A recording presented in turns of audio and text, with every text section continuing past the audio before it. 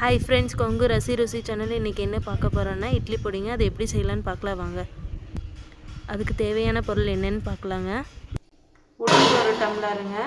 எந்த டம்ளர் அளவு எடுக்கிறோமோ அதே டம்ளர் வச்சு தான் எல்லா பருப்புகளும் சேர்த்துணுங்க. ஃபஸ்ட்டு உளுந்து வறுத்துக்கலாங்க. உளுந்தை நல்லா வறுத்துக்கலாங்க மணம் வர அளவுக்கு.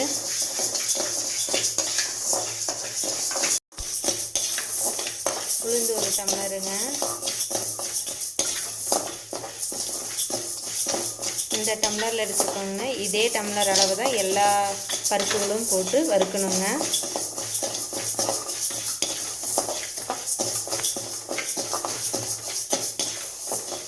இந்த மாதிரி பரப்பி விட்டுறலாங்க வறுத்துட்டு.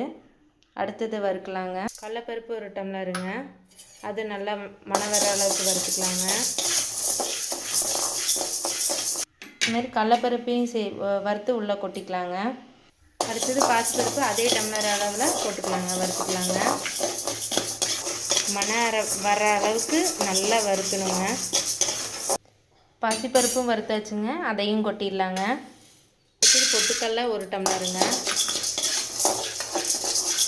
பொட்டுக்கடலை சூடாயிடுச்சுங்க, அதையும் உள்ளே போட்டுக்கலாங்க.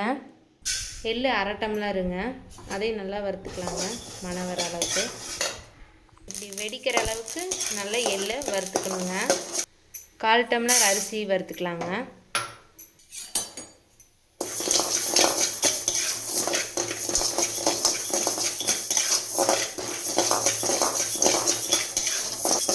பாருங்கள், அரிசி நல்லா பொரிஞ்சிட்ருக்குங்க. இந்த அளவுக்கு நல்லா வரணுங்க. கொஞ்சம் தேங்காய் எண்ணெய் ஊற்றிக்கலாங்க.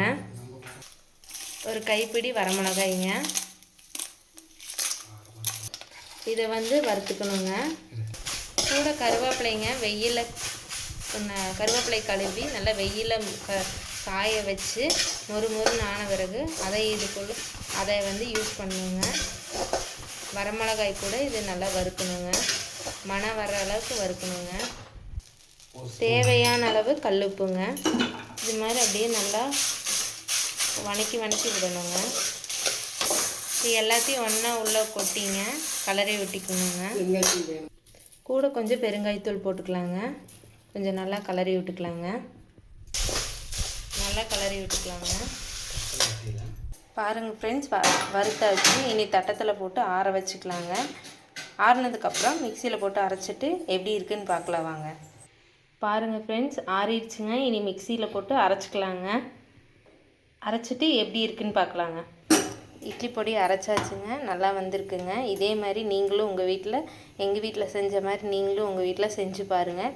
எப்படி இருக்குதுன்னு கமெண்ட்டில் சொல்லுங்கள். கொங்கு ரசி ருசி சேனலுக்கு கண்டிப்பாக சப்ஸ்கிரைப் பண்ணுங்கள், லைக் பண்ணுங்கள், கமெண்ட் பண்ணுங்கள் ஃப்ரெண்ட்ஸ். தேங்க்யூ.